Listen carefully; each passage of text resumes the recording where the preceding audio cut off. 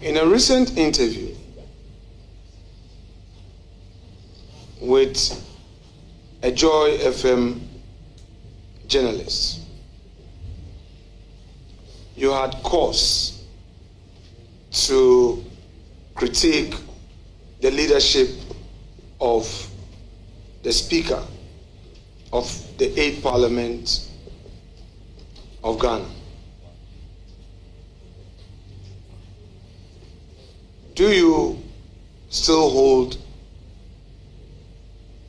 firm those views as contained in those criticisms of the 8th Parliament Speaker? Thank you, Mr. Chair. Let me clarify this. I did not criticize the Speaker. I criticized his style.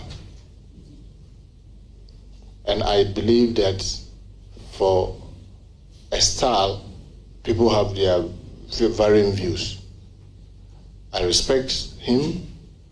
He's mentored me. We agree more on so many other things, but we have areas where we disagree. Thank you, Mr. Chair.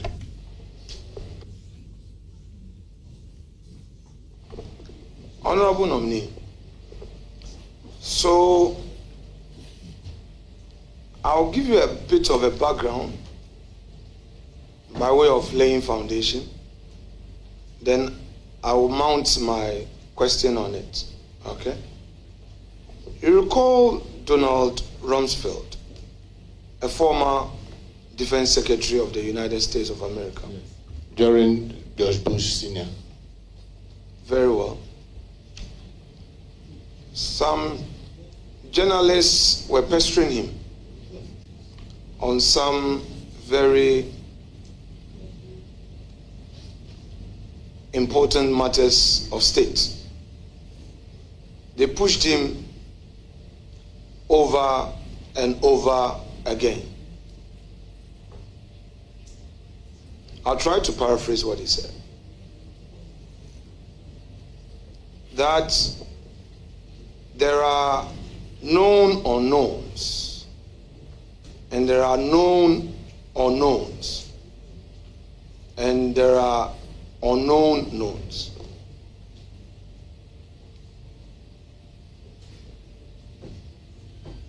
Keep that in mind.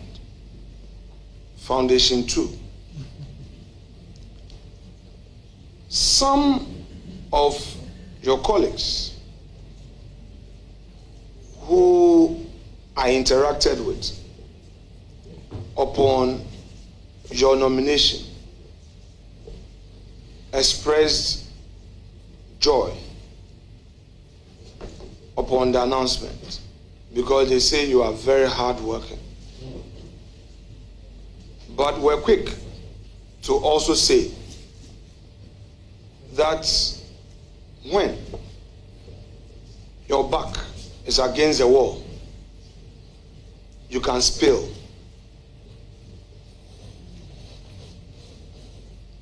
Let me ask you, are you ready to enter your casket with some debts on you, even when you are innocent, to save the nation? Thank you, Mr. Chair. Mr. Chair, I would say that you are asking the Pope. I'll just give one example to reiterate this. I believe, Minority Leader, you knew how we elected Mr. Speaker into office.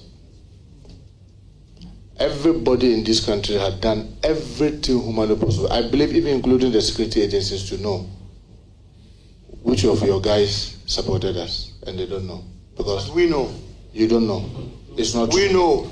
You we don't. know. You don't. We know. You, don't I'm go sorry. there. I'm Honorable sorry. nominee. I'm sorry. Nominee, don't go there, I'm answering question. You asked a question. I hope you let me answer. Well, but because yes. you've introduced yes, that, because I'm saying that we know. You don't. You don't. You can only guess. You cannot say you know. But do you know? I work with people, and I vow and told them that not even my wife will know this. I will die with it, and I meant it, and I will die with it.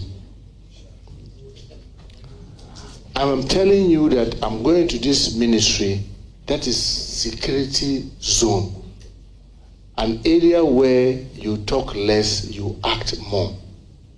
I can assure you that even, I'm sure, Honorable Minority Leader, you and I, in the last few years that will be in this house, not even few, you are inadvertently spilling. No, I'm not spilling. I'm saying that over the period. You are inadvertently spilling. No, Mr. Minority Leader, I'm saying that over the period that you and I have been in this house, you can attest to the fact that there have been so many things between us that no third person has ever known. And I can assure you that no third person will ever know.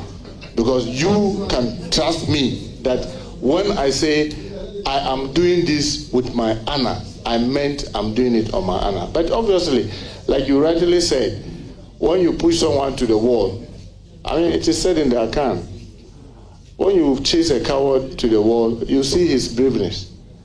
Yes, all of us have our values, we have our principle. It gets to a point where if your core values are going to be compromised, you rather prefer to walk away.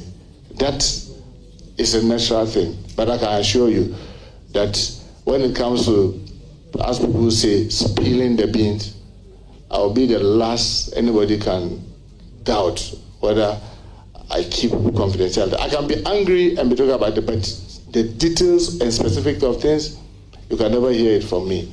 Yes, I'm human. I'm not an angel. I can have my weakness and strength. Thank you, Mr. Chair.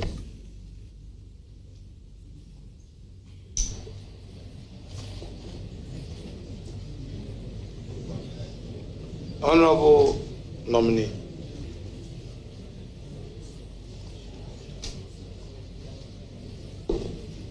Let's go back to your CV.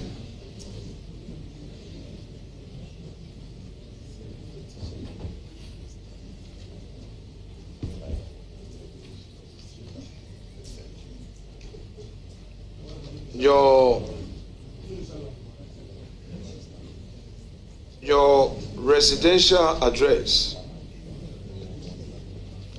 is provided thus: B60 Simpson Road, Boteman. Yes, Minority Leader. Yes, Chairman. Boteman, that area where you live,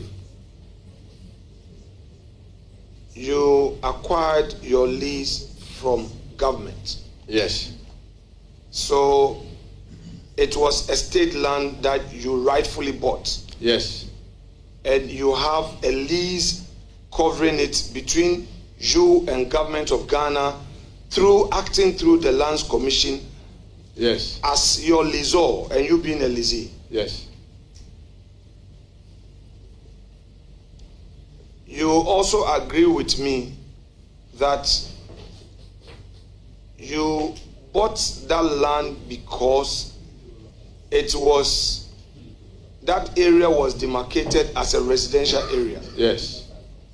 And that you bought it with equal right as any other person, be it a Ghanaian or a foreigner, with the ability to pay.